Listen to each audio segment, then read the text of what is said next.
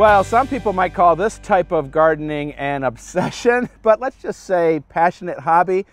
I know you might be tired of hearing about bargains. These lilies were all a bargain, but it's all about planning ahead, and you won't believe where I'm planting these. Follow me.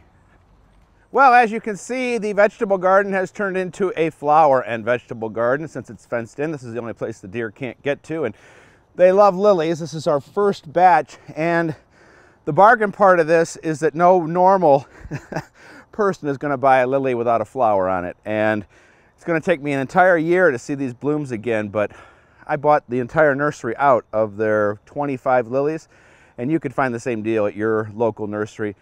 But it is planning ahead, and yeah, I'm going to be looking at this for a year, but what's underneath here is going to grow and grow and grow, and I'm going to get more bulbs, more blooms next year, and we're just going to find edges along the vegetable garden to stick these in.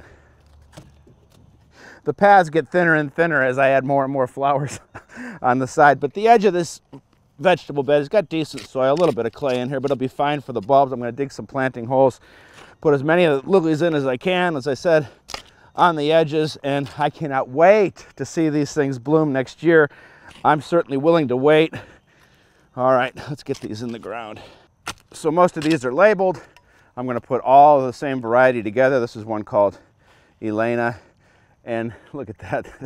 That's going to be a nice looking lily. It'll sit here all winter, and then next spring come up, and then next summer be the queen of the garden. And I've done this before. It's a good way to add lilies to the garden, as long as you're willing to wait. All right, this is our last Elena. Let me finish off those, then we're going to do a little harvesting and explain the best time and the best way to do that. Well, I've been harvesting for months now. The only thing I'm not harvesting that you might be are tomatoes. No tomatoes in my garden have changed yet, but we've got some mustard greens here that are starting to go to seed. The flower is edible. These leaves haven't got too bitter yet, so harvesting in the morning is the best time to do it. The plants have everything they need. They're not all dried out from being out in the heat, and so whenever I'm harvesting, it's first thing in the morning, and I'll just strip these off the stalk as we get going. And then I got to think, what's going in here next? Because once we harvest, then we've got to fill that spot with something else. I did notice that my butterfly weed came back. I thought it was gone. Doesn't look great, but at least it's back. That's a good plant for monarch butterflies, and we always want to help out the butterflies. All right, our next job is watering, another thing we do in the morning. So we water in the morning, so basically this foliage dries off. It also gets the plant ready for the day. Many people say, well, why don't you water at night?